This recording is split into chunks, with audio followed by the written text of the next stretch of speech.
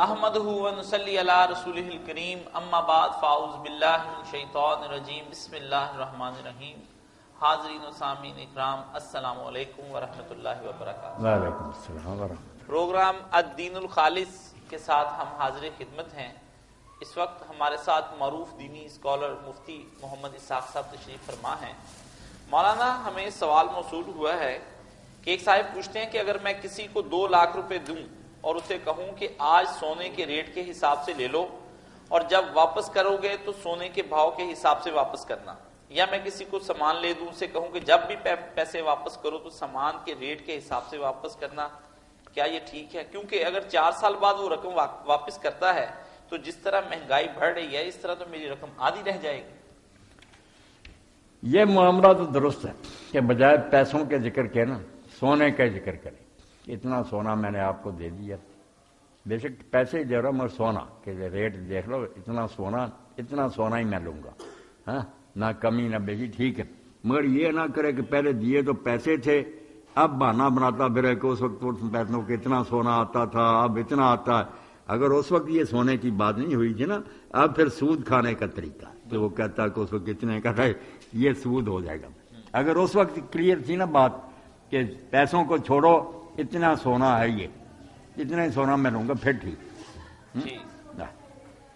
ایک صاحب پوچھتے ہیں، آپ سے سوال ہے کہ اذان کا جواب دینا سنت ہے یا صرف فرض ہے؟ نہیں، فرض نہیں، سنت. امام ابو حنیفہ اور مالک وغیرہ کی رائے کے واجب ہے، ضروری، کیونکہ حکم تو آپ نے دیا نا کہ جب اذان سنو تو جو کچھ مذہب کہتا وہی تم کہو، بعد میں دعا کرو. باقاعدہ امر کے سیگے نا، اس لیے وہ تو کہتے ہیں کہ امر وجوب کے لیے لازمی ہے. سنت مکرہ تو بالکل سارے مانتے ہیں نا کہ سب چھوڑ دینا چاہیے کام، نہ کوئی قرآن پڑھے نہ کوئی اور، بس جواب دے. اذان سمجھ لیں نا جیسے قومی ترانہ ہے، یہ امت نے ادا کر کے قومی ترانہ، سب گاڑیاں رک جائیں، سارے ادب سے کھڑے ہو کر سنیں، بڑی بات ہے. قوم اپنے ترانے کا ادب کرے، تو یہ بھی امت کا نا قومی ترانہ. اور دیکھیں کہ اللہ کے رسول علیہ السلام نے یہاں بھی، اور جو بچے کے کان میں بھی ہم اذان دیتے ہیں اس کو امام ترمذی کہتے والا عمل علیہ روایت ہی لیتے رہتے ہیں لوگ. راوی کمزور ہے، راوی کو کمزور کو کیا کرنا جب ساری امت ایک کام کرتی ہے. راوی تو ایک آدمی ہو، غلط بھی کہہ سکتا ہے، وال عمل ہو رہا ہے، اسی پر عمل چلا آ رہا، بہت بڑی بات ہوتی. تو جو دین کی بنیادیں ہیں نا، اگر وہ آدمی اسلام کے بارے میں کچھ نہیں نہ جانتا، وہ کافر صرف اذان سن لینا اور اس کو سمجھ لے، اس کو پتہ چل جائے گا کہ اسلام کا نچوڑ کیا. اللہ ہے اور وہ عظیم ہے، اس کی سلطنت، وہ ایک ہی ہے، اس کے ساتھ کوئی شریک نہیں.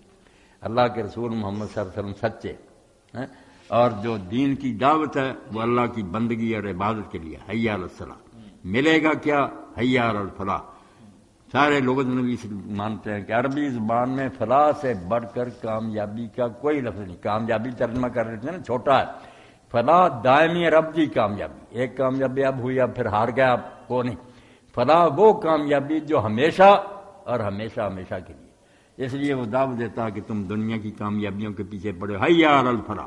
اگر دائمی اور پائیدار کامیابی حاصل کرنے، ادھر آ.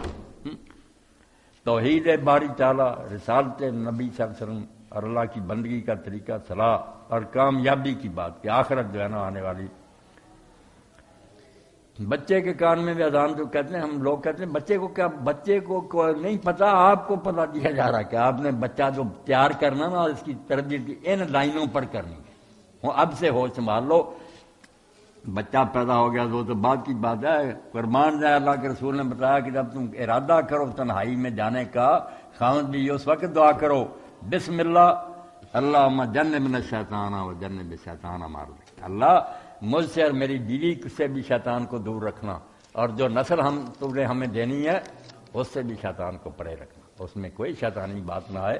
یعنی ذہن مسلمان کا کیا کہ دنیا میں رہنا اور رات جو ہے اس کو بھی بنانا مومن مسلم.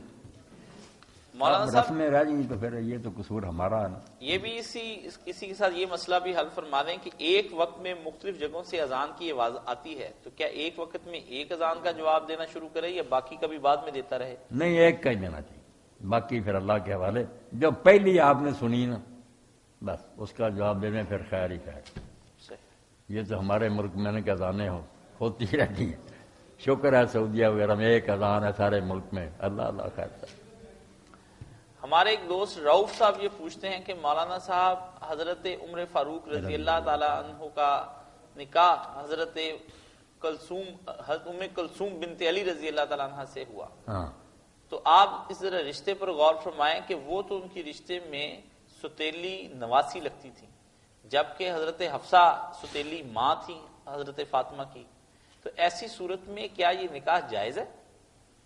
نکاح جائز ہونے میں تو کسی کو اختلاف ہی نہیں، شیعہ اور سنی یہ نواسی اس طرح لگتی جو ہوتی ہے اور ہوتی ہے اپنی بیٹی کی بیٹی جو نا جو اپنی پشت سے بیٹی پیدا اس سے جو بیٹی پیدا ہوئے وہ حرام ہے، باقی جو ہے نا یہ کوئی باتیں نہیں، یہ نکاح سب شیعہ سنی کے نزدیک ہوا یعنی الگ بحث کرتے رہیں، نکاح میں کوئی حرج نہیں، جو حضرت ابوبکر کے نواسی رشتے میں نا کہ ان کی بیٹی کی آگے گا دوسری بیوی کی اور اگر حفصہ کی بیٹی ہوتی نا حضور کی بیوی کی پھر ہوتی نا عمر کی نواسی، حضرت خدیجہ کی بیٹی اور اس سے آگے بیٹی، یہ کوئی نہیں، اس طرح کے رشتے بہت تو وہ دوست پوچھتے ہیں کہ شیعہ حضرات عموماً کہتے ہیں کہ یہ ناممکن سی بات ہے، آپ ناممکن پوچھیں اس کے بارے میں۔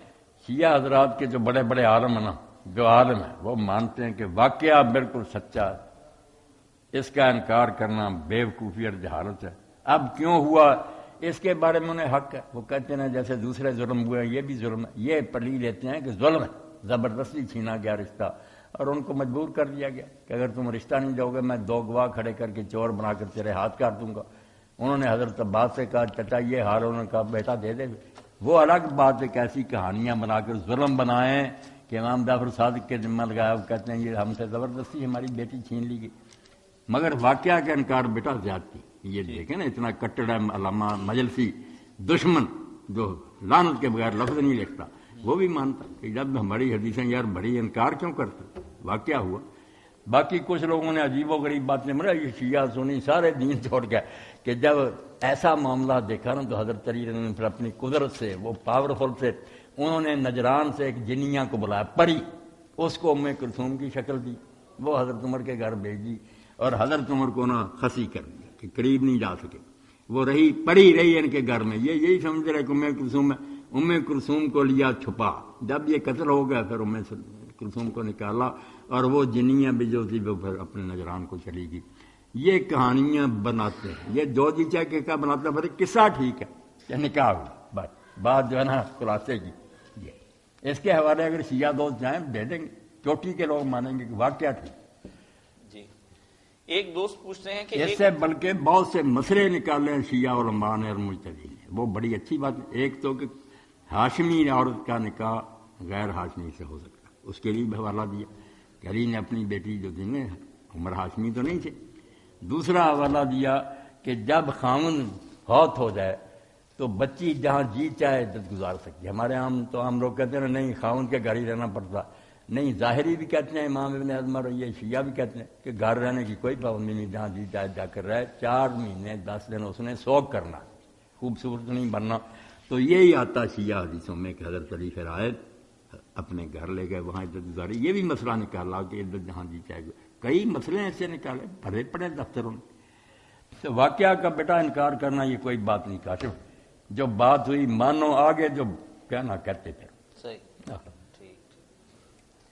ایک دوست پوچھتے ہیں کہ ایک تفسیر میں لکھا ہے کہ اگر بندے کا اپنی زندگی میں حج کرنے کا خیال نہیں تھا، مرنے کے بعد اس کے ورثہ اس کا حج بدل ادا کرنا چاہتے ہیں تو وہ حج نہیں ہو سکتا، یا کسی بندے کا اپنی زندگی میں قرض ادا کرنے کا ارادہ بالکل نہیں تھا، مرنے کے بعد گھر والے بھی اس کا قرض نہیں ادا کر سکتے، تو اس بارے میں وضاحت فرما دیں، کیا کوئی شرعی مسئلہ ہے؟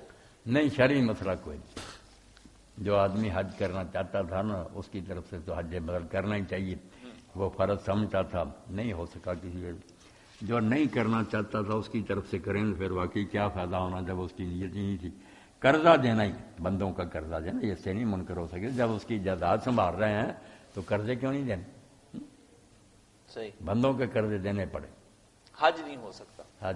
حج اسی صورت میں کہ وہ فرض سمجھتا تھا کرنا چاہتا تھا، موت کی وجہ سے یا بیماری یا حکومت کی کسی رکاوٹ کی وجہ سے نہیں کر سکا۔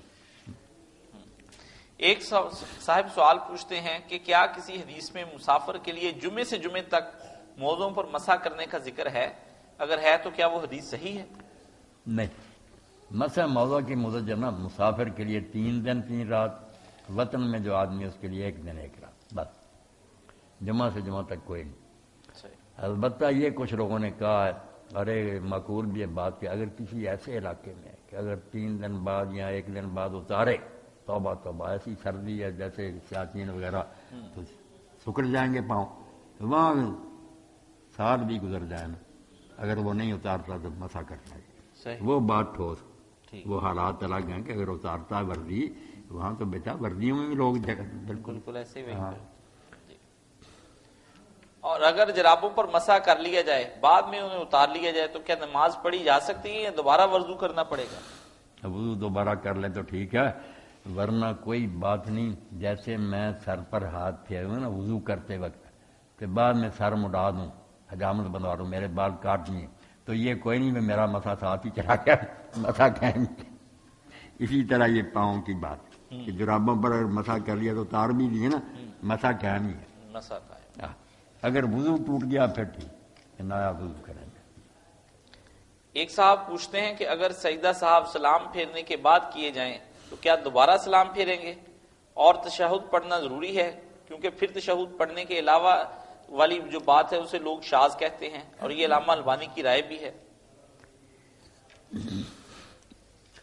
بات یہ ہے کہ نماز میں کوئی بھول ہو جائے نا اور سجدہ صاحب کرنا ہو تو اس کے لیے جو بات اصل میں ذہن میں بٹھانے کی وہ یہ ہے کہ جو عبدوں و رسولوں کے بعد ایک طرف سلام پھیر کر 2 سجدے کرتے ہیں نا، پھر اٹھ کر اتحیات درود شریف دعا پڑھتے ہیں، یہ طریقہ کوئی نہیں، اس کا کوئی ثبوت نہیں، نہ یہ کوئی بات ہے۔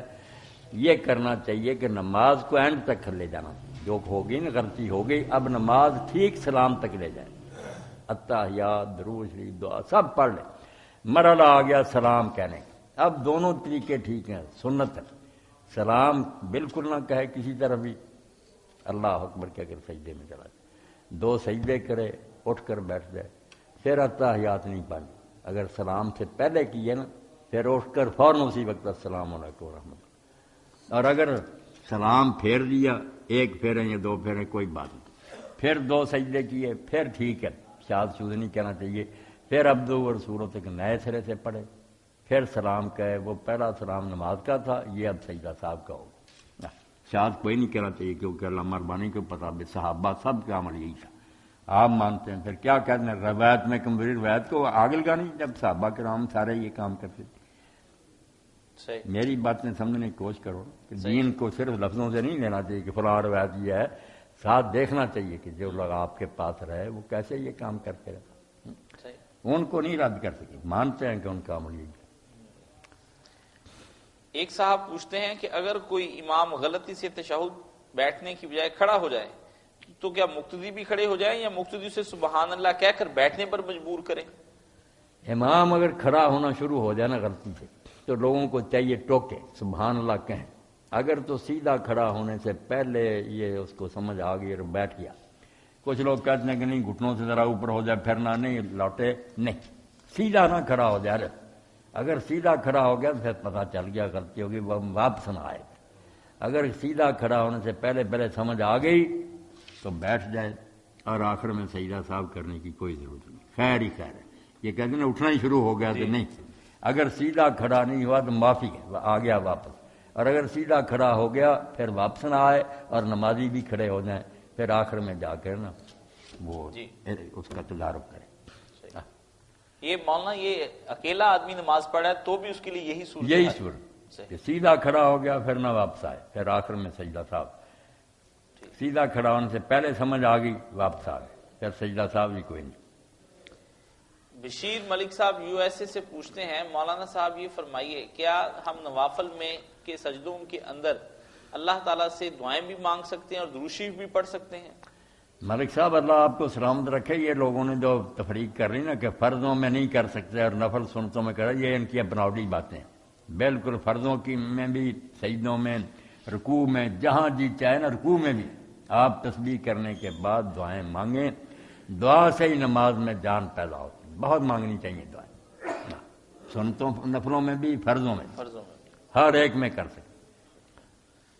اقبال صاحب یو اے ای سے پوچھتے ہیں کہ مولانا صاحب میرے ایک دوست نے اپنی بیوی کو ایس ایم ایس کے ذریعے یعنی میسج کیا فون کے ذریعے سے، اور ایک وقت میں اسے 2 دفعہ طلاق دی، پھر کچھ دن کے بعد اس نے ایک اور اسے ایس ایم ایس کیا جس میں اس نے پھر اسے طلاق دے دی. بعد میں اس نے پیپر کے ذریعے سے اپنی بیوی کو طلاق بھیجی جس میں صرف ایک طلاق لکھی تھی اور وہ بھی اپنی ماں کے کہنے پر. ماں نے کہا کہ اگر تم نے اسے طلاق نہ دی تو پھر میں کچھ کھا کر مر جاؤں گی. مر جاتی. ایسی صورت میں یہ مرنے دیتا ہوگا کیوں طلاق کی؟ بالکل ایسی ماں ہے جو کہتی مر جاؤں گی اگر تم نے طلاق. توبہ توبہ. تو ماں بننا چاہیے. ساس ماں ہوتی کہتی یہ بھی میری بیٹی ہے گھر میں آئی. ایسی صورت میں مجھے یہ بتائیں کہ یہ ایک دفعہ طلاق ہوئی, 2 دفعہ ہوئی یا 3 دفعہ ہوئی, جبکہ ایس ایم ایس کے ذریعے بھی 2 بھائی دفعہ بھیجی. ساری دنیا میں میں ایک ہوں جو یہ بوجھ اپنے کندھوں پر لے رہا ہوں کہ پہلی مرتبہ جو اس نے طلاق دی نا, اگر تو اس وقت 2 گواہ نہیں تھے, عورتیں بے شک کروڑوں ہوں, مرد 2 گواہ اس وقت نہیں تھے جب وہ کلمہ کہہ رہا تھا. بعد میں بے شک جتنا مرضی اشتہار ہو جائے, جب وہ کہہ رہا تھا نا کہ میں نے طلاق دی, اس وقت اگر 2 عادل آدمی سن رہے تھے تو وہ طلاق شمار کر رہی. اگر طلاق کے موقع پر گواہ نہیں آپ سارے کو نا آگ میں پھینکے, کوئی طلاق نہیں. سچی بات جو ہے نا یہ پلے باندھے. اور دوسری بات یہ کہ ایک طلاق دینے کے بعد, ایک سے مراد ایک وقت, بے شک جتنی جی چاہے دی وہ ایک شمار ہوگی, اور اس کے بعد یہ طلاق دے ہی نہیں سکتا جو ہے نا, پھر بھیج دیا پیغام یہ طلاق بالکل غلط. جتنے جی چاہے پیپر بھیجتا رہے کوئی نہیں, پہلی رہے گی. یہ مسئلہ ایسا ہے کہ آپ سارے سن کر حیران ہو گئے کہ پہلی طلاق جب تک یہ واپس نہیں نہ لیتا, رجوع نہیں کرتا یا وقت گزر گیا تجدید دوبارہ بیوی نہیں بناتا, یہ دوسری طلاق نہیں دے سکتا. کس کو طلاق دے رہا, وہ تو پہلے ہی دل گزار رہی. یہ ایسا مسئلہ جو سمجھ آ گیا تو انشاءاللہ سارے گھر آباد رہے. پہلی طلاق کے بعد طلاق دینے کا کوئی اختیار ہی نہیں کسی کے پاس. وہ تو متعلقہ طلاق دے دی ہوئی تم نے, وہ اپنا نکاح جو ہے نا ختم کر کے عدت گزار رہی, وہ واپس لو یا رجوع کرو یا پھر موقع آئے گا دوسری طلاق زندگی. تو 3 بیٹا زندگی بھر میں 3 چانس ہیں. یہ کوئی نہیں کہ اس مہینے دے دی اس مہینے دے دی, بالکل غلط. طلاق کے بعد طلاق نہیں ہو سکتی. بس مولانا صاحب اس کے ساتھ یہ مسئلہ بھی حل فرما دیں کہ اگر میاں بیوی تو آپس میں خوشی سے رہ رہے ہیں, والدین یا ان کے کسی کے کہنے پر وہ طلاق دیتے ہیں, والدین کے کہنے پر وہ دیتا ہے, تو کیا یہ جرم ہوگا؟ جرم, بہت جرم, بہت جرم. کوئی حق نہیں کسی کہنے پر طلاق دیا. صحیح. اور ایک حضرت عمر طلاق کے بارے میں جو حضرت عبداللہ ابن عباس رضی نے کہا نا, بہت پیاری بات, اور جنہوں نے سنی عالم مان گئے کہ انما طلاق اور بتا.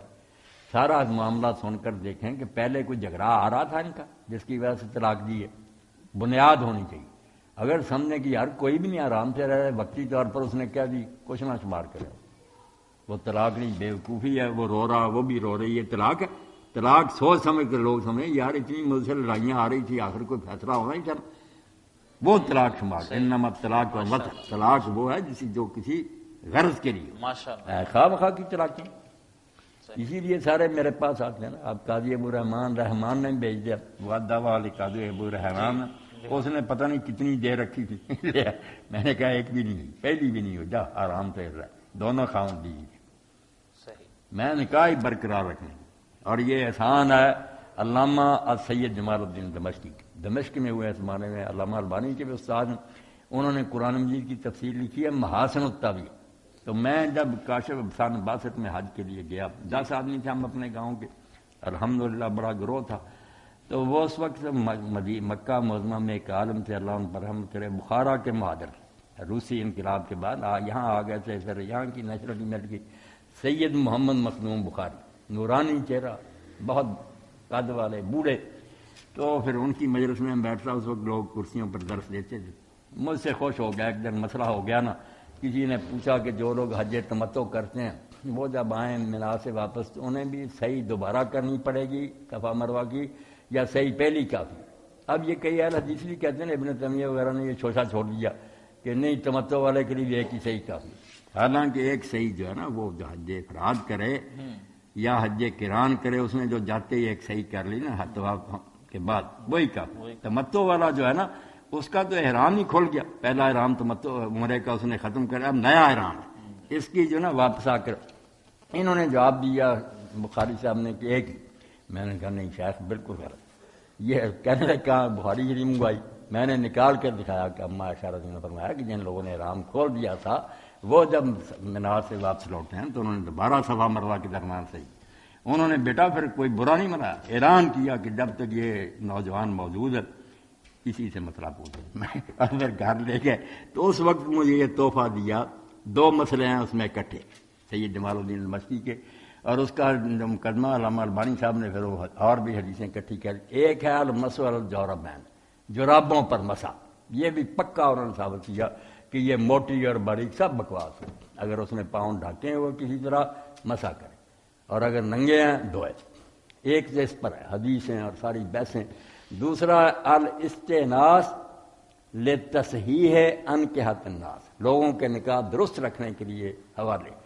شروع میں انہوں نے تمہید میں لکھا کہ جب سارے علماء مانتے ہیں کہ امت مسلمہ میں کوئی امام بھی ہے وہ ہمارا امام ہے، تو وہ کہتے ہیں اہل بیت نے کچھ تمہارے ساتھ زیادتی کی ہے کہ علی اور اس کی اولاد کے اتنے فتوے ہیں، دفتر بھرے ہوئے، وہ جب کہتے ہیں یہ طلاقیں نہیں کیوں نہیں لیتے ہم، وہ پھر ایک ایک لکھ کر کہ حیض میں طلاق نہیں، ایک وقت میں ایک سے زیادہ طلاق نہیں، گواہ نہیں ہوتا، اتنی اعلیٰ کتاب ہے نا، اگر اس کا ترجمہ کرا کر کوئی چھاپ دے، کمال کر دی انہوں نے کہ طلاق تب ہوگی جس طرح ہم مانتے ہیں نکاح ہوا تھا، جتنا وہ یقینی نا اتنا یقینی کوئی آئے گا حوالہ پوری امت کا کہ نکاح ختم ہوگا، یقین کو یقین ختم کرے گا۔ اگر ایک بھی قول موجود ہے کہ نہیں یہ نکاح ختم ہوا، برقرار رہے گا۔ بہت پیارا رسالہ اب استئناس لتصحیح انکحۃ الناس، سید جمال الدین دمشقی رحمۃ اللہ۔ مولانا صاحب خرم صاحب یہ پوچھتے ہیں کہ آج کل مولانا صاحب طاہر القادری صاحب کے بارے میں بہت پروپیگنڈا ہے، کچھ لوگ کہتے ہیں کہ وہ بریلوی ہیں، لیکن بریلویوں میں سے کچھ لوگ ایسے ہیں جو کہتے ہیں کہ نہیں، ان کا مسلک اور ہمارے مسلک کے درمیان تضاد ہے آپس میں۔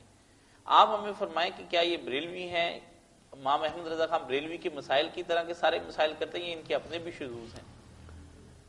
یہ باتیں جو نا کہ طاہر القادری صاحب بریلوی ہیں، یعنی بریلوی ہیں پھر بھی ہمارے بھائی ہیں، ان کا کوئی دوسروں سے مسلک کا اختلاف پھر نہیں، یہ باتیں تو ان کو ہم کوئی اہمیت نہیں دیتی۔ باقی جو سیاسی ہنگامہ نا اس بارے میں تو آپ دیکھتے ہیں کالم نویس کچھ ان کے حق میں لکھ رہے ہیں، زیادہ ان کو غلطی کہہ رہے ہیں کہ یہ ملک میں فساد ہی برپا کریں۔ باقی بات مجھ سے جو پوچھنی چاہیے یا سارے دوستوں نے، مولانا مودودی رحمۃ اللہ علیہ کو کسی نے سوال بھیجا کہ خواجہ نظام الدین اولیاء رحمۃ اللہ نے شادی نہیں کی، رابعہ بصریہ نہیں کی، آپ ان کے بارے میں کیا کریں؟ مولانا نے کہا یار اگر تم پوچھتے کہ نکاح کرنا چاہیے یا نہیں، یا کنوارا رہنا جو ہے اس کا کیا حکم ہے، میں کوئی بات لکھ رہا۔ اب ایسے لوگ جو بیچارے گزر گئے، ہمیں پتہ نہیں ان کی کیا مجبوریاں تھیں، کیا ان کے بارے میں کیا مقدمہ میرے پاس لے آتے ہو کہ ہم ان کے فیصلے کرتے پھرے؟ تو مسئلہ پوچھا کریں بیٹا کہ یہ بات کوئی کہتا ہے یہ کیسی ہے، اس طرح نام لے کر دینا پھر جھگڑا ہی ہے، فساد۔ اللہ سب کو ہدایت دے، ملک کو مستحکم کرے، جس میں بہتری ہے امت کی وہ کام کرے، فتنے اور شرارت کو اللہ تعالیٰ ختم کرے۔ سعود ہاشم صاحب یہ پوچھتے ہیں کہ مولانا صاحب میں نے یہ سنا ہے کہ شاہ ولی اللہ رحمۃ اللہ علیہ کی کتاب حجت اللہ البالغہ جو ہے وہ ان کی آخری کتاب ہے، جس میں انہوں نے تقلید سے بھی توبہ کر لی اور اس کے بعد صوفیزم بھی چھوڑ دیا، اور ان کی ساری پرانی کتابیں جن میں انہوں نے مختلف مسائل کیے تھے ان سے رجوع کر لیا ہے۔ کیا یہ بات درست ہے؟ رجوع کرنا تو برائی نہیں، جیسے علامہ اقبال بہت ساری چیزیں انہوں نے واپس لے لیں، تو کسی نے کہا علامہ صاحب آپ پہلے یہ کہتے تھے، انہوں نے کہا یار پتھر نہیں بدلا کرتے، انسان بدلا کرتے، انسان جو علم اخلاتا جاتا بدل جاتا، کوئی یہ گناہ کی بات نہیں۔ مگر شاہ صاحب کے بارے میں ایسی باتیں غلط ہیں، انہوں نے کوئی چیز نہیں چھوڑی، وہ پہلے سے ہی انہوں نے یہ سمجھا ہوا تھا تقلید جو ہے نا، پورا آخر میں باب پڑھنا جنہوں نے کہا جو ابن حزم وغیرہ کہتے ہیں کہ تقلید حرام ہے، یہ بھی بےہودہ بات ہے۔ جو ان پڑھ لوگ ہیں یہ کسی کے پیروں نہیں ہوں گے، مردہ امام کے نہیں ہوں گے، زندہ کے ہوں، کسی عالم سے پوچھیں گے نا، یہ خود عربی پڑھ سکتے ہیں، حدیثیں کا فیصلہ کر سکتے ہیں۔ تقلید جو ہے کوئی گالی ہے، تقلید یہی ہے کہ جیسے علم کو کوئی نہیں جان رہا، مجھے نہیں علاج آتا، میں ڈاکٹر جان صاحب سے علاج کراتا ہوں۔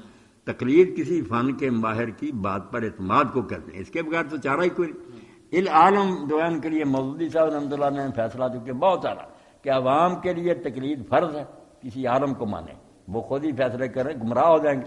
کتابوں میں تو سب کچھ ہے، عالم ذمہ دار ہے کہ وہ تقلید نہ کرے۔ وہ اگر عالم ہے، عالم یہ نہیں کسی مسجد کا مولوی ہے، عالم ہے، ہر شے پرکھ سکتا، وہ اللہ سے ڈر کر صحیح بات بتائے، عالم تحقیق کرے، لوگ اس کی تقلید کریں، یہ ڈھونڈنے کہ عالم اچھا یا نہیں، یہ فیصلہ خود کر لیں۔ پڑھوں کا ہم چھٹی دیتے ہیں، خود ہی علاج کرو، خود ہی فیصلے کرو، تباہی ہو جائے گی، کسی شعبے میں یہ نہیں ہو سکتی۔ ایک صاحب جو کہتے ہیں تقلید نہیں کرنی، یہ بھی کوئی عصری صاحب کے پاس چلا جاتا، کوئی عالم کے پاس ہی جانا ہی، اگر وہ کہے یار خود ہی تو اہل حدیث تحقیق کرتا، وہ اردو پڑھ نہیں سکتا، تحقیق اس نے کیا کرنی، تو غلط بات نہیں کہنی چاہیے. عام آدمی جو ہے تقلید کرے یعنی کسی عالم کے پیچھے چلے. عالم جو ہے نا وہ پوری طرح سمجھے میں اللہ کے سامنے جواب دوں صحیح بات بتا. ایک صاحب انڈیا سے میر جعفر علی خان، ہاں انہوں نے ہمیں سوال بھجوایا اور اس کی شکل اس قسم کی ہے کہ اس میں انہوں نے اپنے پورے خاندانوں کے نام بتائے ہیں، خاندان کے، بیوی کے، بچوں کے، بہن بھائیوں کے. آخر میں دراصل وہ یہ لکھتے ہیں کہ مجھے یہ سب نام رکھے ہیں، کچھ لوگ کہتے ہیں کہ اس میں کچھ نام اچھے ہیں کچھ برے، لیکن بات یہ ہے کہ میں نے اپنی جاب جو ہے وہ کھو بیٹھا ہوں اور اب میں بہت پریشان ہوں، ہینڈ ٹو ماؤتھ ہو گیا ہوں. اللہ رحم. تو کیا یہ میرے گھر والے مجھ پر اثر انداز ہوتے روحانی طور پر، یا میرے پہ ویسے یہ مصیبت آ گئی ہے؟ تو برائے مہربانی مجھے کچھ جاب کے لیے کوئی وظیفہ بتا دیں. میر صاحب اللہ تعالیٰ آپ پر اور سب مسلمانوں پر رحم فرمایا. یہ پریشان نہ ہو، ناموں نے کیا کرنا اللہ کی طرف سے ہوتا. سب جو نا خوشی اور غمی اس کی طرف سے آتے ہیں، خوشحالی بھی آتی ہے پریشانی بھی آتی ہے. تو آپ حوصلے سے کام لیں، باقی اللہ تعالیٰ کا دروازہ کھٹکھٹانا چاہیے، کوشش بھی کریں. تو یہ جتنے بھی لوگ نا مالی پریشانی میں مبتلا، ان کو میر صاحب آپ بھی اور ساتھی باقی بھی 2 وظیفے تو کرنے چاہیے نا. یا مغنی 1100 مرتبہ دن رات میں کسی وقت پڑھیں، درود شریف اس کے آگے پیچھے پڑھ لیں 11 بار. اور جو ہے نا اللہ الصمد یہ 1001 بار. یہ 2 کام کریں انشاءاللہ اللہ سنے گا. یا مغنی 1100 مرتبہ اور اللہ الصمد 1001. فضل فرمائے اللہ تعالیٰ پریشانیاں دور کرے. ناموں کے بارے میں آپ کچھ نہ سوچیں، اللہ تعالیٰ فضل فرمائے خیر کرے، حالات بدل دے اللہ پاک. ایک صاحب پوچھتے ہیں مولانا صاحب کیا تیمم کے ساتھ بھی 1 سے زیادہ نمازیں پڑھی جا سکتی ہیں؟ یعنی اس کے لیے بھی وہی حکم ہے جو وضو کے بارے میں ہے؟ جو وضو کے بارے میں احکام ہے نا وہی اس کے. جب تک یہ ہوا نہیں خارج ہوتی، کوئی ایسا کام جس سے وضو ٹوٹتا وہ نہیں ہوتا، تو تیمم برقرار. 10 نمازیں بھی آپ پڑھ دیں نا اس سے تو پڑھ سکتے، صحیح، بار بار کرنے کی ضرورت نہیں، وہ ٹھیک ہی ٹھیک ہے. تیمم کے ساتھ طواف بھی کیا جا سکتا ہے؟ طواف بھی کیا جا سکتا، قرآن مجید ہاتھ میں لیا جا سکتا، تلاوت ہو سکتی ہے، سب کچھ ہو سکتا. صحیح. وہ بالکل اتنا ہی پاک ہے جتنا وضو اور غسل سے تھا. ایک صاحب پوچھتے ہیں مولانا صاحب نماز میں شیطانی خیالات و تصورات کا آنا انسانی بس میں یہاں نہیں؟ ذرا ایک لفظ جو ہے نا اس کی اصلاح بھی کرنی ہے. لوگ کئی لفظ جو نا اس طرح ہی بدل دیتے ہیں. 3 لفظ ہیں عربی زبان میں، وضو، وضو، پہلا زبر سے میں نے پڑھا وضو، دوسرا وضو، تیسرا وضو زیر سے. اب وضو جو ہے نا زیر، یہ برتن ہے، وہ برتن جس میں پانی ہے نا جس سے آپ ہاتھ منہ دھو رہے ہیں، اس برتن کو کہیں گے وضو. جو آپ یہ ہاتھ منہ دھو رہے ہیں یہ کام جو ہے جب کر رہے ہیں یہ وضو، یہ عمل جو ہے. اور جب یہ کام مکمل ہو گیا اس وقت پوچھے آپ کی کیا حالت ہے، آپ کس حالت میں، آپ کہیں گے وضو سے ہو. مکمل ہونے کے بعد جو پوزیشن ہو گئی یہ وضو، جب کر رہے ہیں ہاتھ پاؤں دھو رہے ہیں وہ وضو، اور برتن وضو. جی شکریہ مولانا اس تصحیح کا. میرا یہی منشا ہوتا ہے نا کہ ہمارے ساتھی صحیح لفظ بولیں. بالکل. نماز میں شیطانی خیالات اور تصورات کا آنا انسانی بس میں نہیں. خیالات بلا وجہ آتے ہی چلے جاتے ہیں، تو کیا اس شخص پر کوئی ذمہ داری ہے جس کو یہ خیالات آتے ہوں، اور اس سے نجات کے لیے کوئی دعا یا وظیفہ بتا دیں؟ نہیں، کوئی ذمہ داری نہیں. یہ کوشش کرے کہ نماز کی طرف توجہ کرے. اور اس کے لیے ایک آسان نسخہ یہ بھی ہے کہ اگر کوئی پاس نہیں نا نماز پڑھ رہا، پریشان نہیں ہو رہا، آپ کسی کو ڈسٹرب نہیں کر رہے، تنہائی میں اکیلے، تو ذرا اونچی آواز سے پڑھیں. کوئی نماز بھی ہو نا جو پڑھ رہا ہے الحمدللہ رب العالمین، یہ ذرا اونچی اونچی کہتے جائیں. ایک وقت میں ایک ہی آواز کان میں پڑے گی نا، پھر شیطانی کیا ہونے، یہی کلمات آپ کے کان میں پڑھتے رہے. یہ آپ اپنی نمازوں میں کیا کریں کہ اگر پاس نہیں نا کوئی نمازی تو سب کچھ جو ہے نا اثر، زور، مغرب، عشاء، سنت، فجر تھوڑی تھوڑی آواز سے پڑھا کریں. وہ پھر آپ کو نا اپنی کلمات سنائی دیں گے. عمومی حالت میں مولانا پاکیزہ خیالات کی آمد کے لیے کیا دعا کرنی چاہیے؟ بس اب وقت ختم ہو رہا، سب لوگ نا ایک امر جو فجر کی نماز کے بعد شروع کریں، 41 بار پڑھا کریں. اللہ رب العالمین فضل فرمائے. یا حی یا قیوم یا بدیع السماوات والارض یا ذا الجلال والاکرام نور قلبی بے نور معرفتک یا اللہ یا اللہ یا اللہ. اے 41 بار کہیں کہ میرے دل کو منور کر دے اپنی یاد سے، یہ بے یقینیاں وسوسے شک دور ہوں گی، دین پر پورا یقین حاصل ہوگا، اور خیالات جو ہیں نا اللہ تعالیٰ انفاصل سے نجات دے گا۔ یا حیو یا قیوم یا بدیع السماوات والارض یا ذا الجلال والاکرام نور قلبی بے نور معرفتک یا اللہ یا اللہ یا اللہ۔ آپ لوگ پوچھ لیتے ہیں، بہت اچھی بات ہے، کچھ نہ کچھ اچھی بات میری طرف سے بھی آپ کو پہنچ دے، اللہ مجھے بھی اجر دے، عمل کی توفیق دے، آپ لوگوں کو بھی خیر سے رکھے۔ اسی کے ساتھ ہم آج کا پروگرام ختم کرتے ہیں۔ وآخر دعوانا ان الحمدللہ رب العالمین۔